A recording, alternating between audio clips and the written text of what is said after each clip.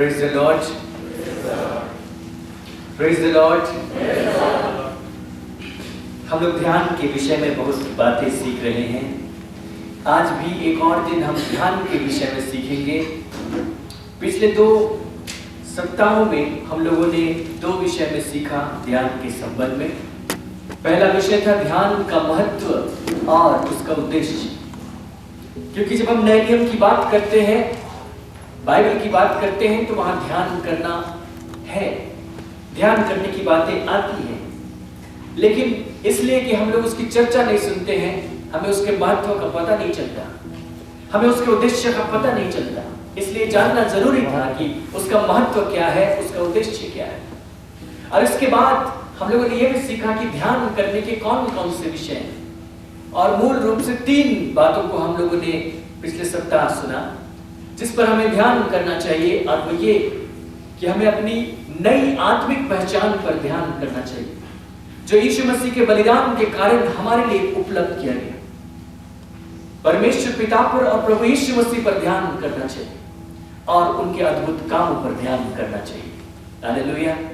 जब हम उन बातों पर ध्यान करते हैं तो हमारे जीवन से संबंध में जितनी भी बातें जो हमारे भक्तिपूर्ण जीवन के संबंध में है या इस भौतिक जीवन के संबंध में है, वो सारी बातें उसमें शामिल हो जाती हैं। उसमें से कोई भी बातें छूटे नहीं पाती। और भी कुछ छिटपुट बातें हैं जिनको आने वाले दिनों में हम लोग चर्चा करके आपके सामने रखेंगे। लेकिन आज हम लोग एक और विषय पर, ध्यान के विषय में बातें करेंगे, और वो है ध्यान की विधि या ध्यान करने का तरीका। जब हम ये कहते हैं कि आपको ध्यान करना चाहिए, या ध्यान का महत्व क्या है या उसका उद्देश्य क्या है, तो सवाल उठता है कि ध्यान कैसे करें। क्योंकि ध्यान के विषय में बाइबल में साफ साफ लिखा नहीं है कि ध्यान कैसे करें, कहीं पर यह लिखा नहीं है। इसलिए हमें ये जानना बहुत जरूरी है। और जब हम ध्यान के विषय में बातें करते हैं तो शुरू में हम लोगों ने इस बात को सीखा था कि संसार में, फिलॉसफी की दुनिया में 2 भाग हैं, पूर्वी और पश्चिमी। जो पूर्वी भाग है उसमें धर्म के हिसाब से हिंदू धर्म, बौद्ध धर्म और जैन धर्म मुख्य रूप से आते हैं, और ध्यान उनके धर्म का एक मुख्य हिस्सा है। और वे ध्यान करते हैं और उनके लिए उनके पास कई विधियां हैं। हिंदुओं के पास में ध्यान करने की 114 विधियां हैं। लेकिन वो जो ध्यान करने की बात है, उसका जो लक्ष्य है वो इस बात को तय करता है कि उसकी विधि क्या होगी। जो मुख्य रूप से जैन, बौद्ध और हिंदू ध्यान करते हैं, तो उनका लक्ष्य ये है कि अपने आप को वे जाने कि मैं कौन हूं। और अपने आप को जानने के लिए जो भी टेक्निक हो सकता है विधि के रूप में, वे उसको बनाते हैं, वे उसका पालन करते हैं और वहां तक पहुंचने की कोशिश करते हैं। और इसलिए जो उनकी विधियां हैं उसमें बहुत सारी शारीरिक प्रक्रियाएं शामिल हैं। उनकी विधियों में 9 विधियां तो सांस पर आधारित है। मैंने उनकी विधियों को पढ़ने की कोशिश की, जानने की कोशिश की, लेकिन मैं इस बात को जानता हूं कि उनका उद्देश्य कुछ और है, हमारा उद्देश्य कुछ और है। हमारा उद्देश्य कोई एक नहीं है, उनका उद्देश्य एक ही रहता है। हमारा उद्देश्य कोई एक नहीं है, हमारा उद्देश्य कई है। हमारे लक्ष्य में कई सारी बातें आती हैं। हम यीशु मसीह को जानना चाहते हैं, पिता को जानना चाहते हैं, अपनी आत्मिक पहचान को अनुभव करना चाहते हैं। बहुत सारी बातें वहां पर शामिल हैं। और ये जितनी बातों की चर्चा हम करते हैं, उनमें से कोई भी बातें वे नहीं करते। इसलिए उनकी जो विधि है वो हम पर लागू नहीं होती। और दूसरी दिलचस्प बात यह है कि बाइबल ध्यान करने के विषय में कोई विधि बताती भी नहीं। कहीं पर नहीं लिखा हुआ मिलेगा कि ध्यान तुम इस विधि से किया करना। प्रार्थना करते हुए कई बार आप लोगों को देखेंगे, ध्यान करते हुए उन्होंने क्या किया ये पता नहीं। आप देखेंगे कि उन्होंने घुटने टेक कर प्रार्थना की, उन्होंने मुंह के बल गिर कर प्रार्थना की, उन्होंने गिड़गिड़ा कर प्रार्थना की, स्वर की ओर आंखें उठाकर देखा और प्रार्थना किया। बहुत कुछ प्रार्थना के विषय लिखा है, लेकिन ध्यान के विषय कहीं भी साफ साफ नहीं लिखा कि ध्यान कैसे किया। बस इतना लिखा कि मैं तेरा ध्यान करता हूं। वो ध्यान करने के लिए निकला, वो ध्यान करने के लिए गया। कहीं पर भी स्पष्ट नहीं है कि ध्यान की विधि क्या है। और मैं इस बात को सोचकर चकित था कि जब ध्यान इतना महत्वपूर्ण है, तो परमेश्वर ने उसकी विधि का वर्णन हमारे सामने क्यों नहीं किया। जबकि पुराने नियम में लोग ध्यान करते थे, व्यवस्था से पहले, व्यवस्था के समय, व्यवस्था के बाद। जब ध्यान करना इतना महत्वपूर्ण है तो विधि लिख देना चाहिए। और परमेश्वर ने पुराने समय में विधियों को लिखा भी था। जो पुराना नियम था, जो पुरानी व्यवस्था थी, उसमें विधियों को बाकायदा लिखा गया था कि जब तुम बलिदान करो तो देखो ये रही विधियां, ये रहा तरीका, लेकिन उसने फिर भी ध्यान करने की कोई विधि नहीं लिखी। और मैं समझता हूं कि उसने क्यों नहीं लिखी। विधि अगर लिखी जाती तो वो विधि असल में ध्यान की विधि हो ही नहीं सकती। ध्यान करने के लिए दरअसल कोई विधि नहीं। सबसे दिलचस्प बात ये, ध्यान करना बहुत महत्वपूर्ण है। यदि आप ध्यान नहीं करेंगे आप बहुत सारी चीजों से चूक जाएंगे, लेकिन ध्यान करने के लिए कोई भी विधि नहीं। आपको तय करना पड़ेगा कि आप ध्यान कैसे करें। लेकिन कुछ बातें हैं जिनको मैं आपके सामने रखूंगा तो आप समझ जाएंगे कि उन बातों को लेकर आप अपने लिए क्या करेंगे। क्योंकि जैसे ही कोई विधि दे दी जाएगी आप मैकेनिकल हो जाएंगे, आप ऑटोमेटिक फ्लो में चलते चले जाएंगे कि ऐसा करते हैं, ऐसा करते हैं, ऐसे उठते हैं, ऐसे बैठते हैं, ऐसे टेकते हैं, ऐसे करते हैं। फिर आपका मन लगे ना लगे आप ऑटोमेटिक वो करके चले जाएंगे। वो आपके सबकॉन्शियस में चला जाएगा, अवचेतन मन में चला जाएगा और वहां से ऑटोमेटिक आप ऑपरेट होने लगेंगे। और जैसे ही आप सबकॉन्शियस से अवचेतन मन से ऑपरेट हो रहे हैं तो आप ध्यान नहीं कर रहे। जैसे कि आप प्रभु की प्रार्थना करते हैं, आपको याद है बोलना शुरू करें तो आप ध्यान बोल सकते हैं, उस समय कुछ और भी सोच रहे हो, लेकिन मैकेनिकल हो जाते हैं क्योंकि आपको याद है वो आपके अवचेतन से निकल जाता है, तो फिर वो प्रार्थना भी बेकार हो जाती है। इसी प्रकार अगर कोई विधि दे दी जाती है और कहा जाता है कि तुम ऐसा करो, तो लोगों को लगता है कि हम ध्यान तो कर रहे हैं, क्या समस्या है। हम उनको कहते तुम ध्यान करो, हम लोग कहते कि हाँ करते हैं, लेकिन अब चुनौती दे सकते हैं तुम करते हो कि नहीं, क्योंकि कोई विधि नहीं बताई गई। लेकिन फिर भी मैं प्रयास करूंगा कि आपके सामने कुछ बातों को रखूं ताकि आप ध्यान कर पाए। और जब हम ध्यान की बात करते हैं तो जो बाइबल है वो उसके लिए जो शब्द इस्तेमाल करती है उसी में कुछ अर्थ छिपे हुए हैं जिनको मैं आपके सामने रखने की कोशिश करूंगा। हम लोग जानते हैं कि जो पुराना नियम है मुख्य रूप से इब्रानी भाषा में लिखा गया, हिब्रू, और जो नया नियम है वो यूनानी भाषा में लिखा गया। लेकिन हम लोग बाइबल को इब्रानी में नहीं पढ़ते, यूनानी में नहीं पढ़ते, हम लोग हिंदी में पढ़ते, हम लोग इंग्लिश में पढ़ते, उस भाषा में पढ़ते हैं जिसको हम समझते हैं, जिसमें हमारे पास अनुवाद उपलब्ध है। लेकिन मैं आपको इस बात को बता देना चाहता हूं कि जब एक भाषा से दूसरी भाषा में कई शब्द पहुंचाए जाते हैं तो शब्द अपना अर्थ खोने लगते हैं। कई बार ऐसा होता है कि एक भाषा में एक खास शब्द है, उसका दूसरी भाषा में वही अर्थ का शब्द मिलना मुश्किल होता है। जैसे उदाहरण के लिए जब मैं कहता हूं हिंदी में धर्म, तो आपके मन में जो शब्द आता होगा, जो नॉर्मल कॉमन समझ है, वो है रिलीजन। आपका धर्म क्या है, रिलीजन क्या है, तो कहते हैं कि ये धर्म होगा या वो धर्म होगा, वो धर्म होगा, धर्म के विषय बातें करते हैं। लेकिन मैं इस बात को बता दूं कि हिंदी में जो धर्म शब्द है उसके समानांतर इंग्लिश में कोई शब्द है ही नहीं, उसके समकक्ष हिंदी में कोई, इंग्लिश में कोई शब्द है ही नहीं। रिलीजन धर्म का अनुवाद नहीं, रिलीजन कुछ और प्रकट करता है। रिलीजन का मतलब होता है संप्रदाय, जिसमें हम बातें कर सके कि धार्मिक रूप से या एक धार्मिक गतिविधियों के रूप में जो संप्रदाय है वो है रिलीजन। लेकिन धर्म शब्द का वो अर्थ नहीं। धर्म शब्द का अर्थ है धारण करना, जो संस्कृत के शब्द से आया है, धारण करना। जैसे कोई व्यक्ति ये कह सकता है कि अतिथि सत्कार करना हमारा धर्म है, उसका मतलब ये नहीं कि वो धर्म के कॉलम में लिखे अतिथि सत्कार, तुम तो वो हो, तुम तो वो हो, मेरा तो अतिथि सत्कार नहीं। लेकिन अतिथि सत्कार करना उसका धर्म है। लेकिन इसके पैरेलल हम इंग्लिश में कोई शब्द नहीं पाएंगे। हम नहीं कहेंगे कि अतिथि सत्कार करना उसका रिलीजन है, नहीं। तो जब हिंदी से इंग्लिश में जाते हैं तो कुछ शब्द यहाँ हैं जिनके लिए वहां पर शब्द नहीं मिलेंगे। उसी प्रकार इंग्लिश से इधर आएंगे तो वहां के शब्द के लिए पैरेलल यहाँ पे नहीं मिलेंगे। हिब्रू से इधर आएंगे तो नहीं मिलेंगे, हिब्रू से ग्रीक में जाएंगे तो नहीं मिलेंगे, हिब्रू से इंग्लिश में आएंगे तो नहीं मिलेंगे। तो ये जो दूरी है, भाषा की दूरी है, इस दूरी को पाटने की मैं कोशिश करूंगा। मैं आपके सामने उसके पूरे अर्थ को रखने की कोशिश करूंगा ताकि आप पूरी तरह से उसको समझ जाए, कुछ भी बातें छूट न जाए। क्योंकि जब अनुवाद किया जाता है, बाइबल का अनुवाद, अब इसलिए कि मैंने अनुवाद किया है, बाइबल का नहीं, लोगों का, मैं अनुवाद जानता हूं कि उसमें क्या दिक्कत है, उसमें क्या परेशानी होती है। कि इंग्लिश में अगर कोई शब्द कह दिया जाए तो आपको उसके समकक्ष हिंदी में एक शब्द इस्तेमाल करना होता है। अगर उसके समकक्ष हिंदी में शब्द नहीं है तो आप उससे मिलता जुलता शब्द उठा लेते हैं या उसके आसपास का शब्द उठा लेते हैं और उसको बोलते हैं। उसी प्रकार जो बाइबल का अनुवाद किया गया है वो भी है कि जो इब्रानी भाषा में शब्द है या यूनानी भाषा में जो शब्द है उसके समकक्ष हिंदी में जब शब्द नहीं है तो उससे मिलता जुलता शब्द उठा लिया गया जो उसके आसपास का अर्थ प्रकट करता है। वही अर्थ एग्जैक्ट प्रकट करता है ऐसा नहीं, लेकिन उसके आसपास का अर्थ प्रकट करता है। और मैं इब्रानी में कुछ शब्द आपके सामने रखूंगा।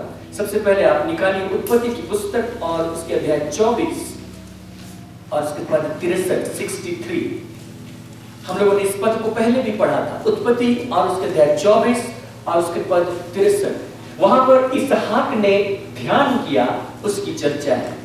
लिखा है, सांझ के समय वह मैदान में ध्यान करने के लिए निकला था और उसने आंखें उठाकर क्या देखा कि ऊंट चले आ रहे। सांझ के समय वह मैदान में ध्यान करने के लिए निकला। हिंदी में आपको कुछ पता नहीं चलेगा, वहां पर सिर्फ ध्यान शब्द लिखा है, लेकिन मैं आपको बताना चाहता हूं कि जो इब्रानी शब्द वहां पर लिखा गया है वो शब्द है सुआख। सुआख, सुआख, सुआख। ये जो शब्द है इसका कोई डेफिनेट अर्थ नहीं है। लोगों को उतना मालूम नहीं है कि इसका वाकई में क्या अर्थ होगा। लोग अनुमान लगाते हैं और उसका अनुवाद करते हैं। और जो सुआख शब्द है उसका जो अर्थ निकल कर आता है, जो व्याख्या होती है उसके द्वारा, वो शब्द है चिंतन करना या उस पर मनन करना, उस पर सोचना विचारना। तो यहां पर इसहाक ध्यान करने के लिए मैदान में निकला। इसका मतलब यह है कि वह मैदान में चिंतन करने के लिए निकला, मनन करने के लिए निकला। इसहाक मैदान में सुआख करने के लिए निकला, जिसका अर्थ है चिंतन करना। चिंतन करना और चिंता करना दोनों में अंतर है। जब चिंता की जाती है तो वो नेगेटिव बातों के लिए चिंता की जाती है। उस पर एक व्यक्ति कई बातों को लेकर सोचता है और नकारात्मक होता है। उसको लगता है कि वो बातें उसके पक्ष में नहीं, और कैसे वो बातें होंगी इस पर वो सोच विचार करता है। और जब वो सोच विचार करता है तो वो चिंता हो जाती है नकारात्मक बात पर। लेकिन जो चिंतन करना है वो दूसरा है। ये जो चिंतन करना है उसमें वह व्यक्ति सही बात पर सोचता है। जिस बात को सोचना चाहिए, जिस बात पर ध्यान देना चाहिए, जिस बात की विश्लेषण करनी चाहिए, व्याख्या करनी चाहिए, उन बातों पर वो समय बिताता है। तो इसहाक जब मैदान में सुआख करने के लिए निकला तो उसका मतलब है वो सोच विचार करने के लिए निकला। अब हिंदी में जब इसका अनुवाद किया गया तो कहा गया कि वो मैदान में ध्यान करने के लिए निकला। तो ध्यान करने के लिए जो अर्थ आ रहा है वो है सोच विचार करना या चिंतन करना। तो जो पुराने समय के लोग थे वे चिंतन करते थे कई बातों के विषय, और हमारे लिए भी आवश्यक है कि हम कई बातों के विषय में चिंतन किया करें। जो परमेश्वर का वचन है उस पर चिंतन किया करें। जो हम लोगों ने 3 विषय सुना उस पर चिंतन किया करें।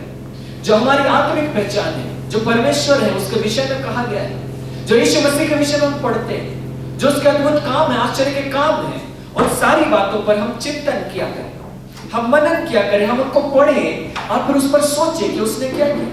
क्योंकि ध्यान करने का एक अर्थ ये सुआख। इसके बाद मैं आपको ले जाना चाहता हूं यहोशू की पुस्तक में और उसके पहले अध्याय और पद 8 में। यहोशू की पुस्तक और उसके अध्याय 1 और पद 8।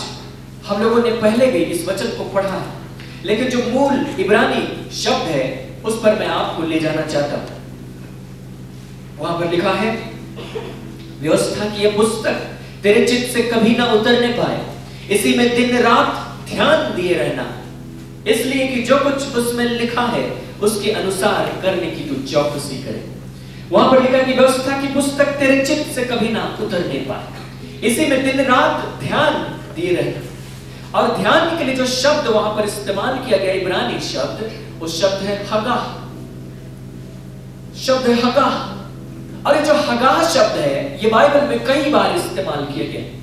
जो सुआख शब्द है वो भी बाइबल में कई बार इस्तेमाल किया गया, लेकिन जो सुआख शब्द है बाइबल में सिर्फ चिंतन मनन करने के अर्थ में इस्तेमाल किया गया, कभी कभार बोलने के अर्थ में इस्तेमाल किया गया। लेकिन ये जो हगाह शब्द है वो इतना व्यापक शब्द है कि उसके समान ना तो अंग्रेजी में कोई शब्द है न यूनानी में कोई शब्द है, न कोई हिंदी में शब्द है। हिंदी में अनुवाद किया गया ध्यान करना, लेकिन जब यह शब्द पूरे बाइबल में इस्तेमाल किया गया, अलग अलग जगहों पर अलग अलग अर्थ में उसका इस्तेमाल किया गया। और मैं आपको बता देना चाहता हूं, यहां पर जब कहा जा रहा है उस पर ध्यान किया करना, उस पर हगाह किया करना, तो उसका क्या अर्थ हो सकता है? उसका अर्थ वो संपूर्ण अर्थ है जो हगाह शब्द से आता है। ढेर सारे अर्थ हैं उसमें, हम लोग एक एक करके जाएंगे। तो सबसे पहला जो हगाह शब्द का अर्थ है, उसके लिए हम लोग नीति वचन में देखेंगे, अध्याय 15 और उसके पद 28। नीति वचन की पुस्तक और उसके 15वें अध्याय और 28वां पद।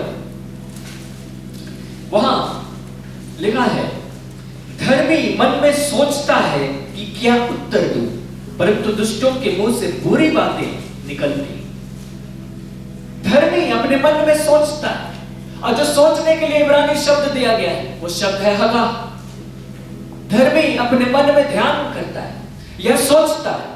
अब इसलिए कि यहां पे जो शब्द था, जो वाक्य लिखा गया है, वहां पर ध्यान शब्द फिट नहीं हो रहा हिंदी में, इसलिए अनुवाद करके के सोचता है। क्योंकि हगाह शब्द का एक अर्थ यह भी है कि सोच विचार करना। जैसे सुवाक शब्द का अर्थ था सोच विचार करना, सुवाक शब्द का अर्थ था चिंतन करना, उसी प्रकार हगाह शब्द का अर्थ भी है चिंतन करना या सोच विचार करना। तो धर्मी अपने मन में सोचता है, धर्मी हगाह करता है। हगाह का अर्थ है सोच विचार करना। तो जब यहोशू को कहा गया कि व्यवस्था की यह पुस्तक तेरे चित्त से कभी न हटे, तो उसका अर्थ है उस पर दिन रात ध्यान दिए रहना। इसका मतलब है कि तुम उस पर सोचते रहना, सोच विचार करते रहना। तो जब आप ध्यान करने की बात करते हैं तो आपको सोच विचार करने के लिए कहा जा रहा है, चिंता करने के लिए नहीं कहा जा रहा है, लेकिन उन बातों को सोचने के लिए कहा जा रहा है जिनका विषय आपके सामने रखा गया। जो 3 विषय पिछले सप्ताह हमने आपके सामने रखे, उन तीनों विषयों पर सोच विचार करना वो ध्यान का बहुत महत्वपूर्ण हिस्सा है। लेकिन जो हगाह शब्द है सिर्फ इतना ही नहीं है।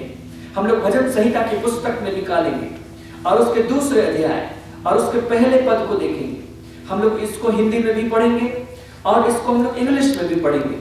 और इंग्लिश में जब इसको पढ़ेंगे किंग जेम्स वर्जन से, तो हम लोग देखेंगे कि उसका क्या अर्थ है। हिंदी में हम लोग पढ़ रहे हैं भजन संहिता दूसरा अध्याय पहला पद, जाति जाति के लोग क्यों हुल्लड़ मचाते हैं और देश देश के लोग व्यर्थ बातें क्यों सोच रहे हैं। यहां जो सोच रहे हैं, सोचने के लिए जो शब्द दिया गया है वह फिर से हगाह। देश देश के लोग व्यर्थ बातें क्यों सोच रहे हैं, हगाह। देश देश के लोग क्यों व्यर्थ बातों का हगाह कर रहे हैं, ध्यान कर रहे हैं, यह अर्थ आ रहा है। लेकिन जब इंग्लिश में पढ़ते हैं तो लिखा है why with the nations rage and the people plot a vain thing. New King James version है। किंग जेम्स वर्जन में अगर देखें तो वहां पर लिखा है इमेजिन, कल्पनाएं क्यों कर रहे हैं। देश देश के लोग व्यर्थ कल्पनाएं कर रहे हैं, देश देश के लोग बुरी बातों की कल्पनाएं कर रहे हैं। वे लोग योजनाएं बना रहे हैं कि किसी तरह इनका नुकसान किया जाए, व्यर्थ कल्पनाएं कर रहे हैं। तो जो हगाह शब्द है उसका अर्थ है कल्पना करना, कल्पना करना। इसका मतलब है कि जब आप ध्यान करते हैं तो उसमें कल्पना करना बहुत महत्वपूर्ण है कि आप सही बातों की कल्पना करें, जिन बातों पर ध्यान करना चाहते हैं। जैसे आप अपनी आत्मिक पहचान पर ध्यान करना चाहते हैं और आपको कहा गया कि आप एक धर्मी व्यक्ति, तो आप उस पर सोच विचार कीजिए कि जब आप धर्मी हैं तो आप किस प्रकार के हैं। और दूसरा, आप उस पर कल्पना कीजिए कि जब आप धर्मी हैं तो क्या है, जब आप पवित्र हैं तो क्या है, जब आपको सिद्ध किया गया है तो क्या है। उस प्रकार आप सोच विचार कीजिए, उस पर कल्पना कीजिए। और भी विषय आपको मिलेंगे, जैसे परमेश्वर पर ध्यान कीजिए, यीशु मसीह पर ध्यान कीजिए, या उसके अद्भुत कामों पर ध्यान कीजिए। तो उस पर ध्यान करने का अर्थ होगा कल्पना कीजिए, उस पर सोच विचार कीजिए, क्योंकि हगाह शब्द का अर्थ कल्पना करना भी है। और जो कल्पना कर रहे हैं यीशु मसीह ने अद्भुत काम किए या उसके जीवन की कल्पना कर रहे हैं, तो उस पर ध्यान कर रहे हैं, तो जाहिर तौर पर आप कल्पना करेंगे। जहां पर लिखा है कि उसने इस प्रकार के आश्चर्य कर्म किए, उसने उस प्रकार के काम किए, तो आप बिना कल्पना किए उस पर ध्यान नहीं कर सकते। तो आपको कल्पना करना पड़ेगा। यह ध्यान का बहुत ही महत्वपूर्ण हिस्सा है। हम लोग उसके तीसरे अर्थ में जाएंगे, यशायाह की पुस्तक और उसके अध्याय 8 और उसके पद 19। यशायाह नबी की पुस्तक और उसके अध्याय 8 और उसके पद 19, यहाँ पर नकारात्मक रूप में हगाह शब्द को इस्तेमाल किया गया। और वहां के लोग अर्थात इजराइल के लोग जो ओझाओं के पास में जाते थे, जो भूत सिद्धि करते हैं, उनको रोका गया, उनको मना किया गया उनके पास जाने के लिए। लेकिन जो कुछ कहा गया उसमें हगाह शब्द का इस्तेमाल है। पद 19 को देखिए, यशायाह 8 के 19, जब लोग तुमसे कहें ओझाओं और टोनों के पास जाकर पूछो जो गुनगुनाते और फुसफुसाते हैं। तो यहां फुसफुसाने के लिए जो शब्द है वो शब्द है हगाह। जो गुनगुनाते और हगाह करते हैं, जो फुसफुसाते हैं। इंग्लिश में लिखा है, and when they say to you seek those who are mediums and wizards who whisper and mutter. ये जो मटर शब्द है MUTTER, इब्रानी में उसके लिए शब्द है हगाह, अर्थात फुसफुसाना, बड़बड़ाना धीमी आवाज में। क्योंकि जिन ओझाओं के पास में जाते थे वे बुदबुदाते थे, कोई मंत्र बुदबुदाते थे, कुछ बातें बोलते थे, लेकिन जो भी वे कर रहे थे उसको कहा गया हगाह, बुदबुदाना। और जब वे मंत्र पढ़ते थे, जब ओझा कोई मंत्र पढ़ता है या गुणी कोई मंत्र पढ़ता है तो अपने पूरे हृदय के साथ में उस पर फोकस होकर करता है, बुदबुदाता है। तो हगाह शब्द का अर्थ है बुदबुदाना, फुसफुसाना, फुसफुसाना, बड़बड़ाना। तो आपको और मुझे जब ध्यान करना है तो इस काम को करना है। हम बुदबुदाएंगे, हम फुसफुसाएंगे, हम बोलेंगे, ओझाओं के समान नहीं, मंत्र पढ़ने के लिए नहीं, लेकिन हम उन बातों को बोलेंगे जिन पर हम ध्यान करें। वो शब्द हमारे होठों से निकलने चाहिए और शब्द महत्वपूर्ण है। मैं आपको इसके आगे भी ले जाऊंगा, दोनों बातों को जोड़कर बताना चाहता हूं। भजन संहिता की पुस्तक में आइए, हगाह शब्द का एक और इस्तेमाल 35वां अध्याय, भजन संहिता की पुस्तक अध्याय 35 और उसके पद 28। जिन बातों को मैं आपके सामने रख रहा हूं, यदि आप देखना चाहते हैं कि उसके लिए इब्रानी शब्द वाकई में वो है कि नहीं, तो आप आजकल पता नहीं गूगल के प्ले स्टोर में उपलब्ध है या नहीं, लेकिन वहां पे हुआ करता था माई स्वॉर्ड। आप लोग डेस्कटॉप वर्जन भी डाउनलोड कर सकते हैं ई स्वॉर्ड के नाम से। उसको आप जब डाउनलोड करेंगे उसमें बाइबल होगी, किंग जेम्स वर्जन, और उसमें जो शब्द है उसके तुरंत बाद एक कोड नंबर होगा, जिस कोड नंबर को जब आप खोलेंगे तो जो इब्रानी शब्द है या यूनानी शब्द है उसका जो अर्थ है वो आपको दिया जाता है। मैंने वहीं से देखा, भजन संहिता की पुस्तक अध्याय 35 और उसके पद 28, यहां लिखा है, तब मेरे मुंह से तेरे धर्म की चर्चा होगी। तो यहां में जो चर्चा के लिए जो शब्द है वो शब्द है हगाह। मेरे मुंह से तेरे धर्म की चर्चा होगी। अगर हगाह शब्द का अर्थ सिर्फ सोच विचार करना होता तब तो यह वाक्य फिट हो जाता। मेरे मुंह से तेरे धर्म की सोच विचार होगी। मुंह कैसे सोच विचार करेगा? मुंह तो बोलता है। बोलना, बोलना यह अर्थ है हगाह का। तो जब हम ध्यान करते हैं तो हम बोलते हैं, बिना बोले हम ध्यान नहीं करते। और जो ध्यान करना है, बोलना जो है, बहुत ही महत्वपूर्ण है, क्योंकि जो शब्द आपके होठों से निकलते वो आपकी सहायता करते हैं फोकस करने के लिए। मैं आपको एक भेद की बात बताता हूं कि जब आप किसी बात पर ध्यान करते हैं, जैसे आप ध्यान करते कि आप धर्मी ठहराए गए, आप ध्यान करते कि आप परमेश्वर के संतान हैं, आप ध्यान करते कि आप यीशु मसीह के संगी वारिस, तो इसका मतलब यह सिर्फ नहीं कि आप सोचें कि मैं यीशु मसीह का संगी वारिस, आप साथ में कल्पना भी कीजिए कि आप संगी वारिस हैं, तो साथ में क्या है, और आप उस बात को बोलिए। आप कहिए मैं यीशु मसीह का संगी वारिस हूं, आप कहिए कि मैं धर्मी ठहराया गया, आप कहिए कि मैं पवित्र किया गया। और जब आप कहते हैं तो उसको ध्यान से सुनिए। जब आप कह रहे हैं तो उसको आप सुनेंगे तो आपका फोकस होगा, एक केंद्रित हो जाएंगे आप एक जगह पर, कि आप जो कह रहे हैं वहीं पर आप फिक्स्ड हैं। ऐसा नहीं होगा कि आप कह कुछ और रहे हैं और सोच कुछ और रहे हैं। जो आपकी सोच है उस शब्द के साथ में केंद्रित हो जाएगी। आपको थोड़ा सा प्रैक्टिस करना पड़ सकता है। हो सकता है कि शुरू में आप बोले तो केंद्रित न हो पाए, लेकिन आप बोलिए फिर आप केंद्रित हो जाएंगे।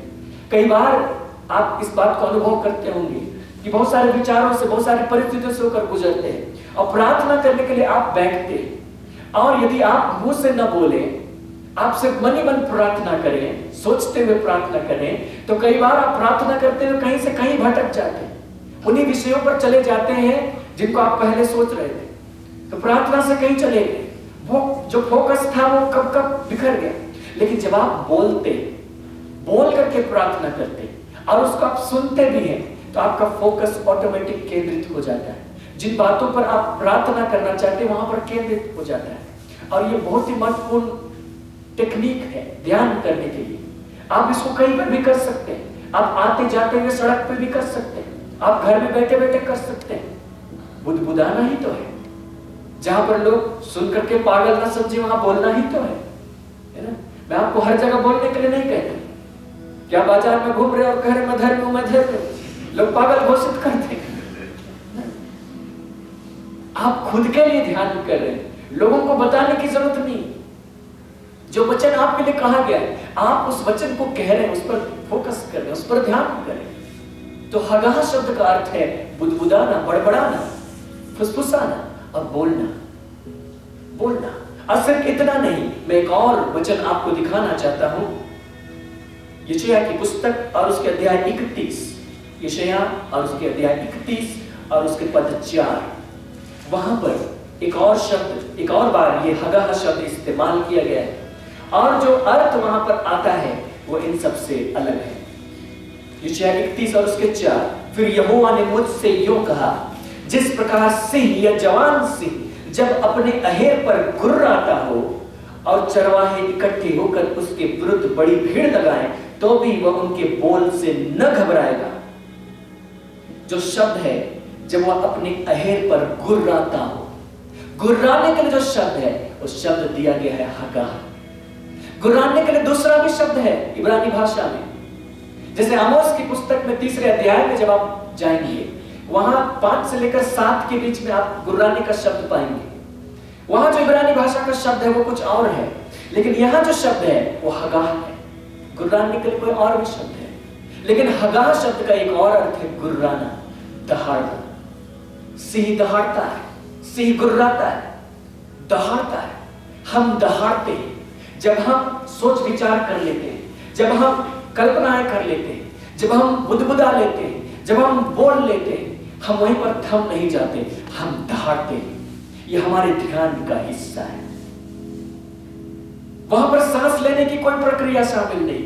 सांस तो आप लेंगे, ऐसा नहीं कि सांस रोक के। सांस तो आप नॉर्मली जो लेते हैं लेंगे, लेकिन ऐसा नहीं कि आपको बैठा दिया गया, आपको कहीं घुटने टिका दिया गया, आपको किसी खास पोजीशन में आलती पालती मार के लोटस पोजीशन में, कोई जरूरत नहीं। आप चलते फिरते जैसे भी आपको होता आप कर सकते हैं। जो जरूरत है ध्यान के लिए वो ये है कि हमारा जो शरीर, हमारा जो प्राण, हमारी आत्मा एक कतार में आ जाए। हमारी आत्मा के विषय में जो कहा गया, हमारा प्राण उसी के साथ एक कतार में आ जाए, हमारा शरीर उसी के साथ एक कतार में आ जाए। इसीलिए हम कल्पना करते, इसलिए सोचते हैं। नहीं तो आत्मा में तो वो बातें है ही कि हम धर्मी ठहराए गए, आत्मा में तो है ही कि हम परमेश्वर के संतान हैं, लेकिन उस पर सोचना क्यों जरूरी है? क्योंकि जो हमारा मन है वहां से भटक जाता है, इधर उधर जाना चाहता है। इसलिए उस मन पर हम उस बात पर को जोर देते हैं कि हम परमेश्वर के संतान हैं। और जिन बातों को मैंने, जिन विषयों को मैंने आपके सामने रखा, उन बातों को बार बार सोचते हैं ताकि मन वहां पर लौट लौट कर आए, मन को आदत पड़ जाए, ताकि जो हमारा प्राण है वो आत्मा के लाइन में आ जाए। और हम क्यों बोलते हैं? ताकि हमारा शरीर भी उसी कतार में आ जाए। देह, प्राण, आत्मा तीनों समेत हम एक कतार में आ जाए। ये जो ध्यान है उसमें ये तीनों बातें शामिल। अगर वो सिर्फ मन तक शामिल है तब तो वो अधूरा ध्यान है। अगर सिर्फ शरीर को लेकर चलते हैं तो भी अधूरा ध्यान है। अगर सिर्फ आत्मा को लेकर चलते हैं तो भी अधूरा ध्यान है। क्योंकि जो ध्यान है उस गैप को भरने के लिए, जिसको हम अनुभव नहीं कर पा रहे, हमको लगता है इस पार में हम है, उस पार में परमेश्वर है, उस पार में वचन है, जो सच्चाई है, जो अनुभव होना चाहिए वो नहीं हो रहा, एक गैप है, ये महसूस करते हैं। हमको उसको पार करना है तो हम अपना 1% हिस्सा लेकर नहीं जा सकते। हमें अपना संपूर्ण व्यक्तित्व लेकर संपूर्णता के साथ में वहां पहुंचना होगा। शरीर को इस्तेमाल करना है, प्राण को इस्तेमाल करना है, आत्मा को उपयोग करना है। और इसीलिए हम इन बातों को करते हैं। जो आत्मिक सच्चाई है उन बातों को हम देखते हैं, जो हमारा प्राण है उन सच्चाई की बातों पर लग जाता है, और जो हमारा शरीर है उसमें से जो होठ है, जो जीभ है, जो सबसे महत्वपूर्ण अंग है, उन बातों को बोलती है। हम एक कतार में चले आते हैं। मनुष्य जब इस प्रकार की एक्टिविटी करता है, नॉर्मली लोग हगाह नहीं करते हैं, जिसमें इन 3 बातों को शामिल किया जाए कि सोच विचार करें, बोले भी, कल्पना भी करें, नॉर्मली कमी करते हैं। लेकिन एक एक्टिविटी होती है जिसमें मनुष्य संपूर्णता से घुस करके उस काम को करता है, और वो एक्टिविटी है विलाप करने में। मनुष्य नेगेटिव ही होता है नॉर्मली, उसकी आदत होती है नेगेटिव, विलाप करने में, कि उसका दिल बड़ा दुखित, किसी बात के कारण शोकित, और फिर उसका मन उसी बात पर लगा हुआ और उसी पर सोच रहा है, और मुंह से विलाप निकल रहा है, शरीर में कांप कांप कर उसको सहायता दे रहा है विलाप करने में। न विलाप जो करते हैं दरअसल में हगाह करते हैं नेगेटिव बात पर, और इसलिए बाइबल में विलाप के लिए हगाह शब्द का इस्तेमाल करती है। मैं आपको दिखाना चाहता हूं, यशायाह की पुस्तक आपने खोल कर रखा है, अध्याय 38 देखिए और उसके पद 14। यशायाह अध्याय 38 और उसके पद 14, यह लिखा है, जो गीत राजा हिजकिय्याह ने लिखा था उसमें उसने कहा, मैं सुपा बेने या सारस के समान च्यूं च्यूं करता, मैं पिंडुक के समान विलाप करता। किसी बात के कारण उसने देखा कि मेरी स्थिति ऐसी हो गई, मैं पिंडुक के समान हगाह करता। किसी बात के कारण शोक है, शायद उस पिंडुक से जो उसका जोड़ा था वो अलग हो गया, अब वो पिंडुक अपने अकेले होने की वजह से विलाप में है, तो आवाजें निकालता है, उसके मन से वो सोच नहीं हटती, वो हगाह करता है। वो पक्षी, ये राजा कहते हैं कि मैं भी उसी पिंडुक के समान विलाप करता हूं, मैं हगाह करता हूं। जो विलाप करते हैं, जो आप जानते हैं, जितनों ने विलाप किया है कभी किसी परिस्थिति में, आप जानते हैं हगाह क्या होता है, विलाप करना आप सीख गए। लेकिन बस इतना था कि वो नकारात्मक बात पर आप कर रहे थे। परमेश्वर चाहता है कि उन 3 बातों पर आप हगाह करें जिनको पिछले सप्ताह आपको बताया गया। आप संपूर्णता के साथ उसमें शामिल हो जाए, आपकी सोच वहां से हटे ही नहीं, क्योंकि जब विलाप करते हैं वहां पर एक चोट पड़ी है, वहां से दिल हटता ही नहीं। उसको खाना दो, उसको खाने में दिल नहीं लगता, और उस समय उसको अच्छा खाना चाहिए, अच्छे कपड़े चाहिए, सब कुछ अच्छा चाहिए। लेकिन जब विलाप हो रहा है तो बाकी सारी बातें गौण हो जाती है, क्योंकि विलाप का सेशन है, कोई बोला नहीं लेकिन अंदर कुछ है, विलाप हो रहा है, तो बाकी बातें ऑटोमेटिक डाउन हो जाती है। उसी प्रकार जब आप हगाह करते हैं, बाकी बातें भी ऑटोमेटिक डाउन हो जानी चाहिए।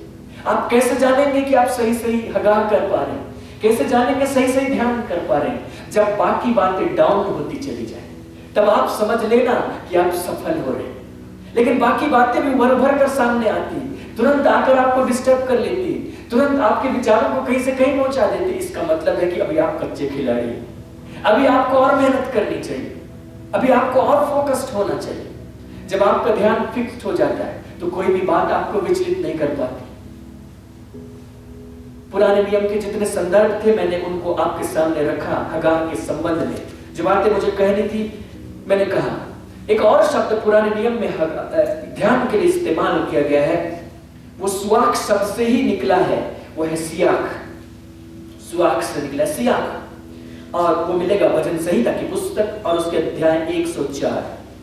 भजन संहिता अध्याय 104 और उसके पद 34 वहां है, मेरा ध्यान करना उसको प्रिय लगे, क्योंकि मैं तो यहोवा के कारण आनंदित रहूंगा।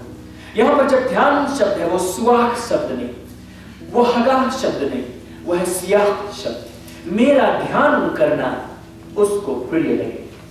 इंग्लिश में लिखा है, may my meditation be sweet to him. मेरा ध्यान करना, और ध्यान करने के लिए जो सियाक शब्द है वो सुआक से निकला है, इसलिए उसका अर्थ है चिंतन करना। मेरे हृदय का जो ध्यान है, मेरे हृदय का जो सोच विचार है, वो परमेश्वर को अच्छा लगे। मैं कुछ भी विचार करता न रहूं, मैं वो विचार करूं जिससे परमेश्वर को अच्छा लगता है। जब वो मेरे हृदय को देखे तो उसको अच्छा महसूस हो, उस विषय पर मैं सोचूं, उस विषय पर मैं चिंतन करूं। ये इस गीत के लिखने वाले का कहना है। इसी प्रकार आप देख सकते हैं भजन संहिता में ही अध्याय 119 और उसके पद 27। भजन संहिता अध्याय 119 और उसके पद 27। अपने उपदेशों का मार्ग मुझे बता, तब मैं तेरे आश्चर्य कर्मों पर ध्यान करूंगा। फिर से शब्द आता है सियाख। तो जो पुराने नियम में ध्यान के लिए जो शब्द आते थे, मोटे तौर पर 3 शब्द आते हैं। एक है सुआख, एक है हगा, एक है सियाख। इसके अलावा भी और शब्द आते हैं, जैसे हिकायोन, जैसे सेला। भजन संहिता की पुस्तक में कई बार आप ब्रैकेट में उन शब्दों को पाएंगे, लेकिन हम लोग उन पर ज्यादा नहीं जा रहे। वो सारे शब्द कुल मिलाकर इन्हीं बातों को प्रकट करते हैं। मूल अर्थ होता है सोच विचार करना, कल्पना करना, बड़बड़ाना, फुसफुसाना, बोलना, दहाड़ना। ये शब्द, ये बातें इसमें शामिल होती है। अब हम लोग नए नियम पर आते हैं। अब नए नियम में जब हम आते हैं तो वहां पर हगाह शब्द के समानांतर कोई दूसरा शब्द नहीं, क्योंकि नया नियम यूनानी भाषा में लिखा गया, ग्रीक में लिखा गया। तो ग्रीक में हगाह शब्द के समानांतर शब्द नहीं, इसलिए वहां पर कुछ और शब्द इस्तेमाल किए गए। हालांकि जो लोग नए नियम की पुस्तकों को लिख रहे हैं, जो लोग यूनानी भाषा में लिख रहे हैं, वे इब्रानी कल्चर से आते हैं, इसलिए वे ध्यान का अर्थ बखूबी समझते हैं, उनको कोई प्रॉब्लम नहीं है। लेकिन प्रॉब्लम हम लोगों को होती है। लेकिन हम लोग उसको देखने की कोशिश करेंगे। हिंदी अनुवाद जो बीएसआई का है बहुत अच्छा अनुवाद कर देता है, मुझे उसमें परेशानी नहीं हो रही बताने में। याकूब की पुस्तक और उसके पहले अध्याय, याकूब की पत्री और उसके अध्याय 1 और उसके पद 25 पर जो व्यक्ति स्वतंत्रता की सिद्ध व्यवस्था पर ध्यान करता रहता है, हिंदी अनुवाद कर दिया ध्यान करता रहता है, लेकिन जो इंग्लिश अनुवाद है वो ये नहीं कहेगा कि वो ध्यान करता है, मेडिटेट करता है। और ना तो यूनानी अनुवाद ये कहेगा, इंग्लिश में लिखा है but he who looks into the perfect law of liberty, जो स्वतंत्रता की सिद्ध व्यवस्था को देखता रहता है। उसके लिए जो यूनानी शब्द है वो शब्द है पराकुप्टो। पराकुप्टो का अर्थ है झुक करके देखना। ऐसे देखना मानो हमने अपने संपूर्ण शरीर का केंद्र एक जगह पर बना लिया, जो हमारी दृष्टि है वो एक खास स्थान पर केंद्रित हो गई और हम झुक करके उसको देख रहे हैं। हम अपने संपूर्ण व्यक्तित्व के साथ में एक बात पर केंद्रित हैं, देखते हुए केंद्रित हैं। तो जो स्वतंत्रता की सिद्ध व्यवस्था को झुक करके देखता रहता है, जो उस पर नजर गड़ाए रहता है, और हिंदी अनुवाद किया गया कि उस पर ध्यान करता रहता है। तो ध्यान करने का जो अर्थ है, नया नियम कुछ और भी खुलासा कर रहा है, और वो है देखना। वो भी झुक करके देखना, केंद्रित होकर के देखना, उस पर फोकस्ड होकर के देखना कि हमारी नजर वहां पर है, उसके अलावा कहीं पर नहीं। कि जब झुक करके देख रहे तो उसका अर्थ ही वही है कि बाकी तरफ को हमने ओट कर लिया और भी चीजें देख सकते थे, क्योंकि जब हम सीधे खड़े हैं तो हम चारों तरफ देख पा रहे हैं एक नजर, लेकिन हम झुक करके देख रहे हैं तो हमने दायरे को घटा दिया। अब हम एक खास जगह पर देख रहे हैं, कम स्थान को देख रहे हैं और हम ध्यान से देख रहे हैं। तो झुक करके देखना, तो वहां लिखा गया जो स्वतंत्रता की सिद्ध व्यवस्था को झुक करके देखता रहता है, जो ध्यान से उसको देखता रहता है, ध्यान से देखना। इसलिए आप ध्यान से देखिए, जिन बातों पर आप ध्यान करते हैं, जिन बातों को ध्यान करने के लिए आपको कहा गया, उस पर झुक करके सोचिए। ये नहीं कि आप शरीर को झुकाकर सोच रहे हैं, अंदर की बात हो रही है। आप उस पर इतने केंद्रित हैं कि आप उसके अलावा दूसरी बातों को नहीं देख रहे। और इसलिए ही मैंने आपको कहा कि आप कैसे परख सकते हैं कि आप सही ध्यान कर पा रहे हैं। आप परख सकते हैं अगर आपका ध्यान तुरंत नहीं टूट रहा, आपका ध्यान अगर कुछ घटनाएं घट रही हैं तो नहीं टूट रहा। जैसे यहाँ पर बहुत सारी गतिविधियां हो रही, मेरा ध्यान केंद्रित है। अभी भाई लोग यहाँ पर पर्दे लगा रहे हैं, बिजली आना जाना कर रही है, बहुत कुछ हो रहा है, लेकिन मैं बिना गड़बड़ाए, बिना रुके मैं करता जा रहा हूँ। सिर्फ तभी इधर उधर हो रहा हूँ जब मुझे कुछ एक्स्ट्रा की जरूरत है, लेकिन ऐसा नहीं कि जो मुझे बोलना है उससे मैं चूक गया, क्योंकि कहीं पर मैं केंद्रित हूँ। मैं केंद्रित हूँ, मैंने ध्यान करने की आदत बनाई कि मैं केंद्रित हो जाऊं। और जब मैं केंद्रित हो जाता हूं तो वो बातें मुझे डिस्टर्ब नहीं कर सकती। लेकिन कभी ऐसी परिस्थिति भी आ सकती है कि मैं उन बातों से ज्यादा डिस्टर्ब हूं, तो मैं यहाँ खड़ा होकर के भी डिस्टर्ब हो सकता हूँ, यहाँ बोलते हुए भी डिस्टर्ब हो सकता हूँ। लेकिन जब आप ध्यान करते हैं, ध्यान में पक्के हो जाते हैं, आपको कोई भी बातें विचलित नहीं कर सकती। तो आप समझ लीजिए कि जब आप पक्के हो गए, किसी बात में फोकस्ड हो गए, बातें आपको विचलित नहीं कर पा रही, आप ध्यान करना सीख गए। बस आप उसको कंटिन्यू कीजिए, आप उस पर केंद्रित हो जाइए। जो शब्द मैंने आपको कहा था, शब्द बोलना और उसको ध्यान से सुनना, आप उसको कीजिए। वो ध्यान का बहुत महत्वपूर्ण हिस्सा है। यहां तक कि जब आप गीतों को गाते हैं, उसमें शब्द बोलते हैं, तो जब आप शब्द बोलते, आप कहते हैं कि तू योग्य है, तो आप उस शब्द पर जाइए। जो योग्य शब्द है उसका क्या अर्थ है, और उस अर्थ को अपने भीतर से दीजिए कि हाँ प्रभु तू ही योग्य है। जो भी शब्द आपके भीतर से आ रहे हैं, आप ऐसा कीजिए कि आई मीन इट, मेरे भीतर से वो आ रहा है, सही में मेरा अर्थ ये है। और आप उस प्रकार हो जाएंगे, केंद्रित होना सीख जाएंगे। जो भी बातें आप बोलेंगे, आप उसको ध्यान से सुनेंगे, आप फोकस्ड होना सीख जाएंगे। प्रार्थना के समय जब ऐसा होता है, आप बोलिए। ध्यान के लिए भी जब आप प्रार्थना नहीं कर रहे हैं कुछ और, तब आप ध्यान के लिए जो बातें बोल रहे हैं उसको सुनिए, आप फोकस्ड होना सीख जाएंगे। तो ध्यान का अर्थ है, उसके लिए जो शब्द दिया गया यूनानी भाषा में पराकुप्टो, झुक कर देखना। एक और शब्द है, वो इब्रानी की पुस्तक में मिलेगा, और उसके 3 अध्याय और पद 1, हमने उस पद को भी पढ़ा है। इब्रानी 3 और उसके पद 1, वहां पर लिखा है, इसलिए हे पवित्र भाइयों, तुम जो स्वर्ग के बुलाहट में भागी हो, उस प्रेरित और महायाजक यीशु पर जिसे हम अंगीकार करते हैं, ध्यान करो। यीशु पर ध्यान करो। जब आप इंग्लिश में पढ़ेंगे, इंग्लिश में कोई और शब्द है, वहां पर लिखा है, therefore holy brethren, partakers of the heavenly calling, consider the apostle and high priest of our confession, Christ Jesus. Consider, English में शब्द है कंसीडर, यूनानी में शब्द है काटानोइयो। बोलना भी इतना आसान नहीं होता, काटानोइयो। उस प्रेरित और महायाजक यीशु पर काटानोइया करो, और उसका जो शाब्दिक अर्थ है वो है एकटक देखना, कि मानो हम उसको देखे जा रहे हैं, हम एकटक देख रहे हैं। हिंदी अनुवाद किया गया ध्यान करो, क्योंकि हिंदी वाले जानते हैं हिंदी में जो ध्यान शब्द है और इंग्लिश में जो मेडिटेशन है, दोनों शब्दों में अर्थ में अंतर है। ठीक है, हम लोग एक्सचेंज करके यूज कर लेते हैं, लेकिन दोनों शब्दों के मूल में जब जाएंगे तो दोनों के शब्द के अर्थ में अंतर है। ध्यान शब्द ज्यादा व्यापक है, मेडिटेशन शब्द छोटा है। तो इसलिए हिंदी के पास में रिच है, मतलब उसके जो ध्यान शब्द का जो दायरा है बड़ा रिच है। इसलिए अनुवादकों ने जब भी ऐसा देखा जो उससे संबंधित है, तो ध्यान शब्द डाल दिया। एक टक देखते रहो, ध्यान शब्द डाल दिया। झुक कर देखते रहो, ध्यान शब्द डाल दिया, क्योंकि जो ध्यान शब्द है उसका दायरा बड़ा है। ध्यान हम देखते, यीशु को देखते रहो। अब यीशु आंखों से दिखाई नहीं देता, इसका मतलब फिर अंदर की ही बात हो रही, और उसको ऐसे देख रहे हैं कि मानो हम एक टक देख रहे हैं। हमारी उस पर से नजर नहीं हट रही, संसार हमें विचलित नहीं कर पा रहा है ना, कुछ भी बातें विचलित नहीं कर पा रहे। हम पतरस के समान नहीं हो रहे कि आंधी को देखकर डर गया, पानी पर चलते हुए। हम एक टक उसको देख रहे हैं, हम उसी पर नजरें लगाए हैं, बाकी बातें कौन हो गई।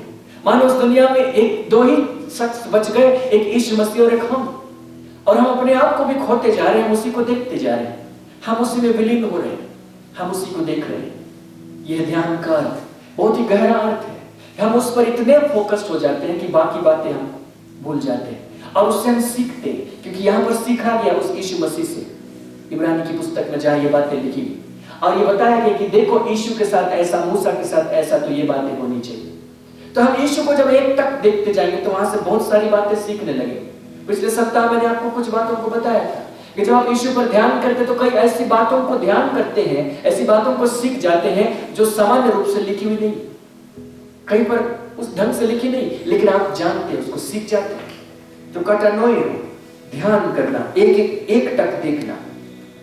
इसी प्रकार एक और शब्द है जिसको हम कुलुसियों की पत्री में पढ़ेंगे, जिसका हिंदी में अनुवाद ध्यान किया गया है। ध्यान तो नहीं, खोजना कहा गया है, पर वो उसी के आसपास का शब्द है। कुलुसी 3 अध्याय और उसके पद 1, कुलुसी 3 और उसके पद 1 यहां है, अतः जब तुम मसीह के साथ जिलाए गए तो स्वर्गीय वस्तुओं की खोज में रहो जहां मसीह विद्यमान है। स्वर्गीय वस्तुओं की खोज में रहो। इंग्लिश में भी लिखा है seek those things which are above. Seek जिसका अर्थ होता है खोज, इसका अर्थ होता है साधना करने वाला, जो किसी चीज को ढूंढ रहा। अब उसने कहा स्वर्गीय वस्तुओं की खोज में रहो। अब आप पृथ्वी पर रहते हुए कौन सी स्वर्गीय वस्तु खोजेंगे, कहां पर खोजेंगे? इसका मतलब ये भीतरी बात है। स्वर्गीय वस्तु तो स्वर्ग में मिलेंगी, फिर तो आप मर करके चले जाइए, अच्छे से खोज सकते हैं। शरीर में रहते हुए तो मिलेगा नहीं, क्योंकि पृथ्वी में आप पड़े रहे। लेकिन नहीं, ये उस प्रकार का खोजना नहीं, ये भीतर की बात है कि जब हम खोज कर रहे हैं तो हमारे भीतर में एक खालीपन हम लेकर आए, एक ऐसा खालीपन जिसको हम चाहते हैं कि सिर्फ वही वस्तु भर सके, और उस लालसा के साथ में, उस खालीपन के साथ में हम उन चीजों के पीछे पड़े हुए हैं।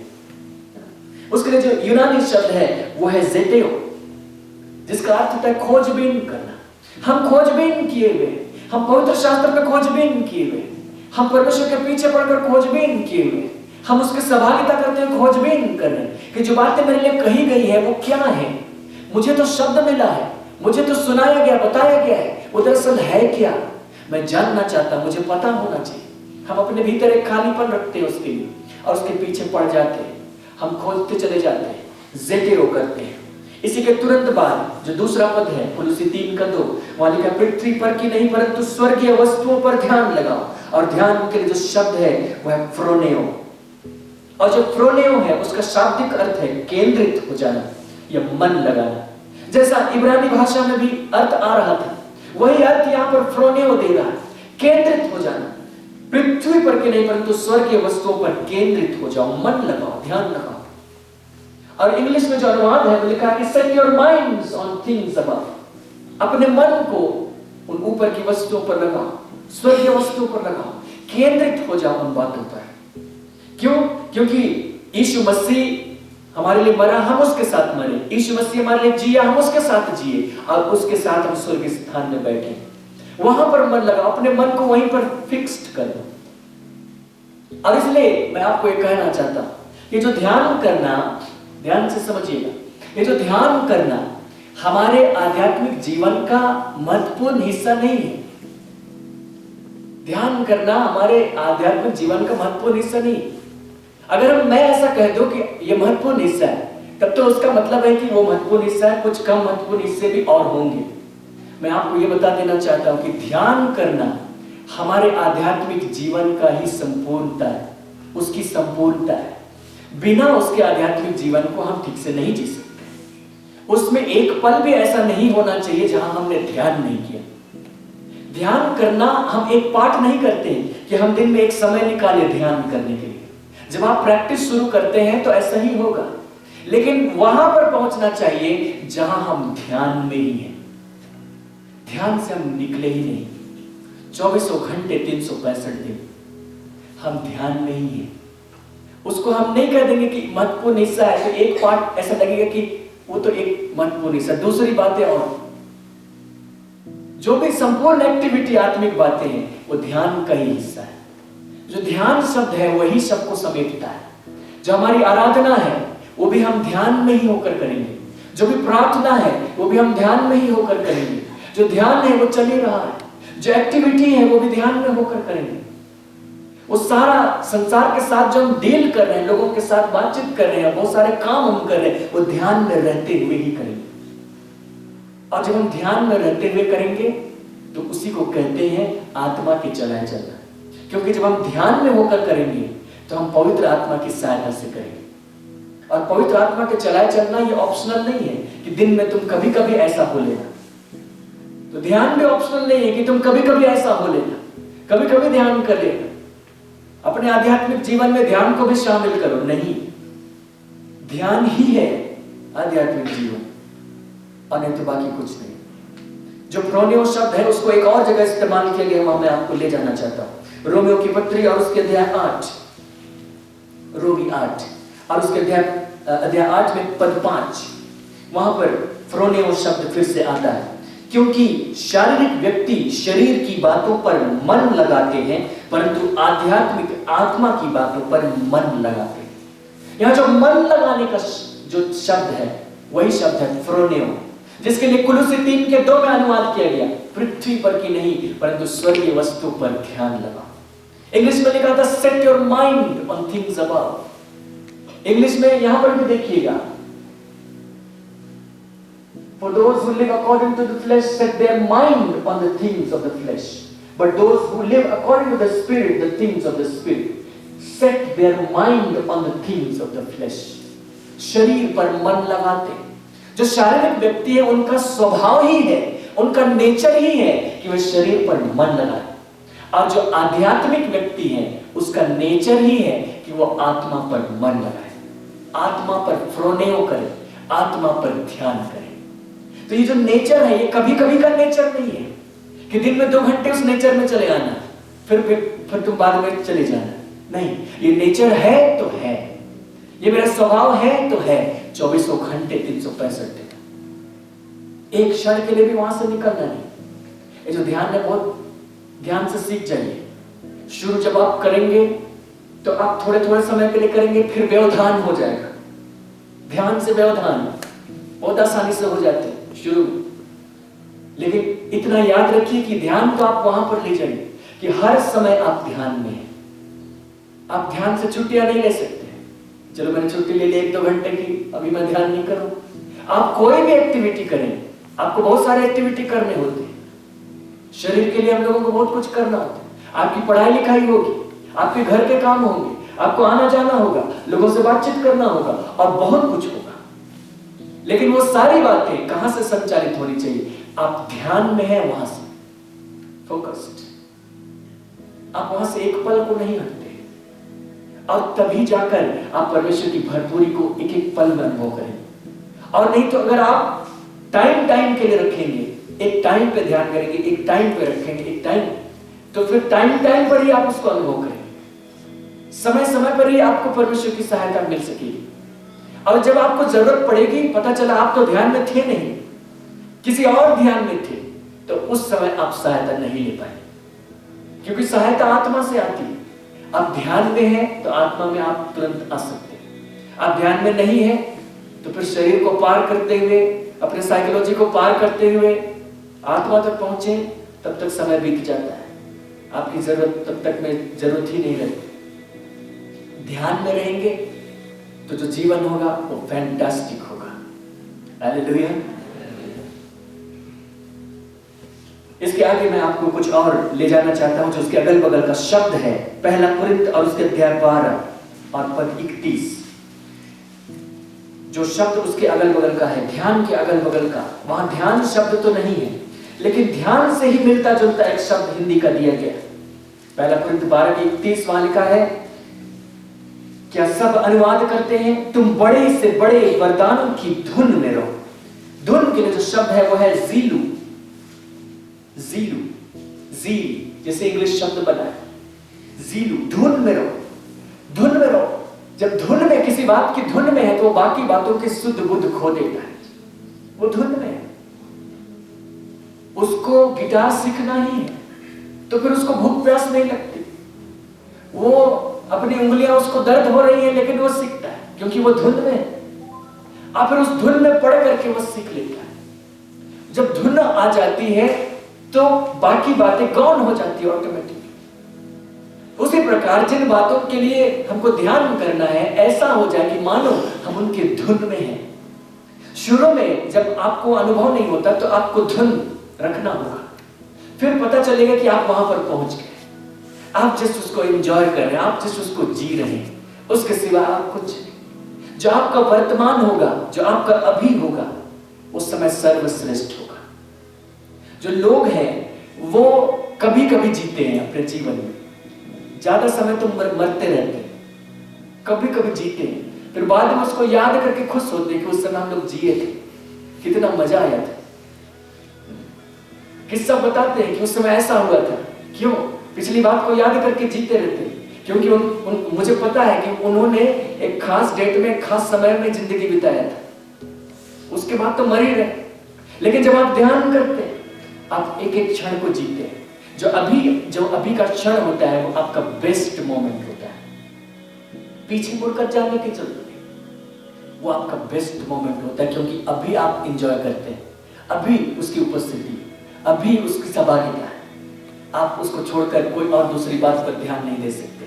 आप पीछे मुड़ करके भी नहीं जा सकते कि वहां पर था, उससे बेस्ट अभी है, उसको मिस नहीं करना चाहिए। एक और बात वहां पर थी, ध्यान शब्द इस्तेमाल किया गया है, मैं इसको आपको बता देता हूं, बाद में इस पर डिटेल से चर्चा करेंगे। 1 तीमुथियुस 4 अध्याय पद 15, इसलिए कि हम लोग वर्ड स्टडी कर रहे हैं, शब्दों की व्याख्या देख रहे हैं। तो इसलिए मुझे उचित मालूम पड़ा कि मैं इस शब्द को भी आपके सामने रख दूं। पहला तीमुथियुस 4 और उसके पद 15। प्रेरित पौलुस तीमुथियुस से कह रहे हैं, इन बातों को सोचते रह और इन्हीं में अपना ध्यान लगाए रह, ताकि तेरी उन्नति सब पर प्रकट हो। तीमुथियुस को उन्नति करने के लिए एक सूत्र देता है, एक टेक्निक देता है, और वो ये कि तेरे लिए बहुत कुछ कहा गया है, भविष्यवाणी की बातें कही गई है, बहुत कुछ कहा गया है, इन्हीं बातों को सोचते रह और इन पर ध्यान लगाए। और जो उसके लिए ग्रीक शब्द है वो शब्द है मेलेटाओ, इसी पर ध्यान करते रहो। देखिए जो हमारी उन्नति होती है, यहां पर तो दूसरे संदर्भ में बात हो रही थी, मैं फिर कभी वहां पर आऊंगा, लेकिन मैं आपको ये बता देना चाहता हूं, ये फॉर्मूले की तरह काम करेगा कि अगर आप चाहते कि उन्नति हो आत्मिक बातों में, तो आपको ध्यान करना होगा। आप ध्यान के बिना उन्नति नहीं कर सकते। प्रेरित पौलुस वो ध्यान करके ही आगे बढ़ा। उसने लोगों को कहा तुम ध्यान करो, तुम खोज में रहो, तुम धुन में रहो, और उसने तीमुथियुस को लिखा तुम ध्यान करो, क्योंकि वो भी जीरो से बढ़ा था, माइनस से आया था, दुश्मन था ना वो तो सताने के लिए निकला था, वहां से उसको निकाला गया। और वो ध्यान करता कि वो यीशु मसीह से कभी मिला नहीं था धरती पे रहते, कभी उसने उसको आश्चर्य कर्म करते हुए नहीं देखा, पानी पे चलते हुए नहीं देखा, उठाए जाते हुए नहीं देखा, बहुत सारी बातों को उसने नहीं देखा। फिर प्रेरित पौलुस कैसे इतना सामर्थी हो गया, कैसे इतना बलशाली हो गया और सुसमाचार को पूरे यूरोप में फैला दिया, कैसे वो इतनी पुस्तकों को लिख सका, कैसे इतना रहस्य उसने प्रकट किया, इसलिए कि उसने ध्यान किया।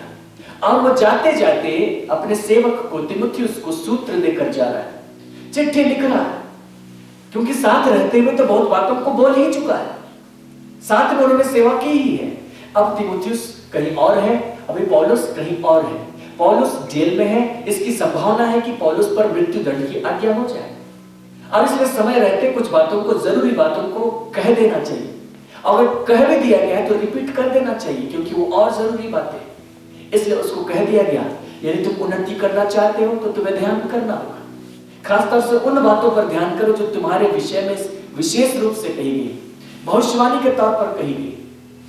हमारे लिए भी कई सारी बातें भविष्यवाणी के तौर पर कही जाती व्यक्तिगत रूप से, और कई बातें पवित्र शास्त्र के द्वारा सामान्य रूप से कही जाती है। अगर आप उन्नति करना चाहते हैं तो ध्यान करना होगा, इन्हीं पर सोचते विचारते रहना होगा, उन्हीं पर ध्यान करना होगा।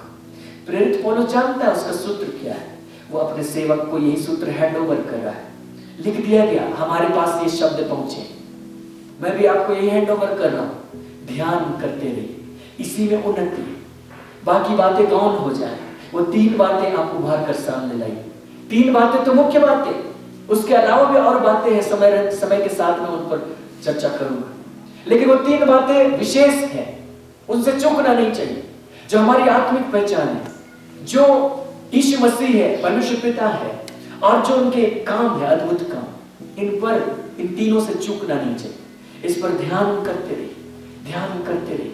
जो आपके लिए बताया गया नए नियम में, उस पर ध्यान करते रहिए, सोचते विचारते रहिए, और आपकी उन्नति सब बातों पर प्रकट होगी, सब लोगों के बीच में प्रकट होगी। उसने कहा तुम्हारी उन्नति सबके सामने प्रकट, लोगों के सामने प्रकट होगी। जो भी व्यक्ति आत्मिक रूप से उन्नति करता है, उसके पीछे का रहस्य लोग कई बार नहीं जानते। जैसे मैं आपके सामने बोलता हूं तो आप मेरे पीछे का रहस्य कई बार नहीं जानते। मुझे आप क्या जानते हैं, स्टेज में माइक पकड़ के बोलता है, लेकिन उसके पीछे का जो रहस्य है वो नहीं जानते। लेकिन जो रहस्य है मैं आपको खुलकर बता देता, वो रहस्य है ध्यान करना। वो ध्यान इतना प्रबल हो जाए कि आप स्टेज में रहें कि स्टेज के बाहर रहें, कोई भी बातें आपको डिस्टर्ब कर ही नहीं सकती। आप फोकस्ड हैं, आप काम करते हैं, प्रभावशाली काम होते हैं, और उसका जो नतीजा निकलता है, जो परिणाम निकलता है, वो भी देखने को आता है। आप फोकस्ड हो जाते हैं। परमेश्वर चाहता है कि वो हमें इस्तेमाल करे, और जब हम चाहते हैं कि हम इस्तेमाल हो, तो उन दोनों बातों में समानता होनी चाहिए, अलाइनमेंट होना चाहिए, कि हम उसके साथ तालमेल बना लें, एक ऐसा संबंध हमारा हो जाए कि जो फ्लो है उसमें कोई रुकावट ना हो। ये ध्यान के द्वारा ही संभव हो सकता है। कई बार परमेश्वर के सेवक नहीं ध्यान शब्द को नहीं जानते, हालांकि करते हैं, तो वे प्रार्थना शब्द को इस्तेमाल करते हैं। वो कहते प्रार्थना कर, प्रार्थना कर, बहुत प्रार्थना करो। तो जो प्रार्थना है, जो परमेश्वर के सेवक है, अगर उन्होंने सीखा है, परमेश्वर के वचन को जानते हैं, तो प्रार्थना का मतलब सिर्फ मांगना नहीं होता है। ये मांगे जाओ मांगे जाओ मांगे जाओ, दे दे दे। अरे हम जोक की दो बेटियां नहीं है जिनके विषय नीति वचन में लिखा है कि जोक की दो बेटियां होती है जो कहती है दे दे। हम जानते हैं कि परमेश्वर हमारी सुनता है। हम एक बार कह देते हैं और संतुष्ट हो जाते हैं और हमें मिल जाता है। तो बार बार मांगते रहने की बात भी नहीं। लेकिन जब वे कहते हैं कि प्रार्थना करो, तो उसका अर्थ है कि परमेश्वर की सहभागिता में समय बिताओ। सहभागिता में समय कैसे बिताएंगे? अगर हम दुनिया में मगन हैं तो सहभागिता नहीं कर पाएंगे। उसका अर्थ है कि अपने मन को किसी प्रकार परमेश्वर के साथ जोड़कर रखो। दरअसल वो ध्यान ही है। शब्द वे दूसरा इस्तेमाल कर रहे हैं, ध्यान ही है। मैं खुलकर वो शब्द बोल रहा हूं, ध्यान ही है। ध्यान कीजिए। मैं और भी बातों को आपके सामने रखूंगा। आज जिन बातों को मैंने आपके सामने रखा फिर से दोहरा देता हूं। जब ध्यान करने की बात है तो वहां सोचने विचारने की बात है, कल्पना करने की बात है, बड़बड़ाने या फुसफुसाने की बात है, बोलने की बात है, गरजने या दहाड़ने की बात है, एकटक देखने की बात है, केंद्रित होने की बात है। ये बातें हमारे जीवन में ऐसी गड़ जाएं कि हम वही रह जाएं, उसके अलावा और कहीं नहीं जाएं। फिर आप जो जिएंगे तो आप कहेंगे कि जीवन बहुत सुखद है। आप नहीं कहेंगे कि जीवन सुख दुख का संगम है। आप हर समय में, हर क्षण में आप जिएंगे, खुशी से जिएंगे, आनंद से जिएंगे। हर समय को आप एंजॉय करेंगे। लोग आपको देखकर ताज्जुब करेंगे कि इतना खुश कैसे रहता है, इतना कैसे हो जाता है, कैसे कर लेता है। लेकिन आप करते जाएंगे, क्योंकि जो स्रोत है उसको आपने खोल लिया है।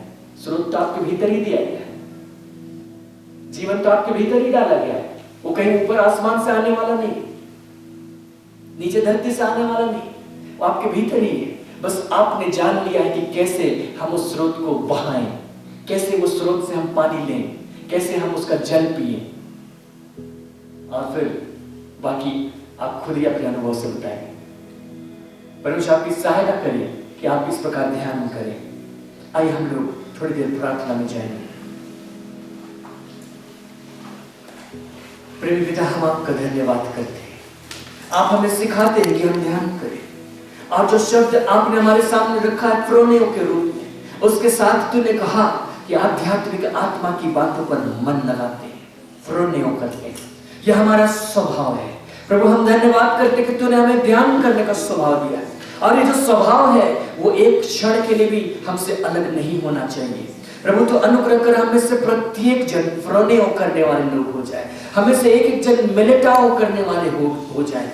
हमें से एक एक जन हगाह करने वाले हो जाए, सियाह करने वाले हो जाए। और बेटा, तेरे साथ हम ऐसे मगन हो जाए कि हम इस दुनिया में रहते हुए जब हम जिए तो हम मत वाले के समान जिए कि हम तेरे नशे में चूर है, दुनिया चाहे हमें जो भी कहे।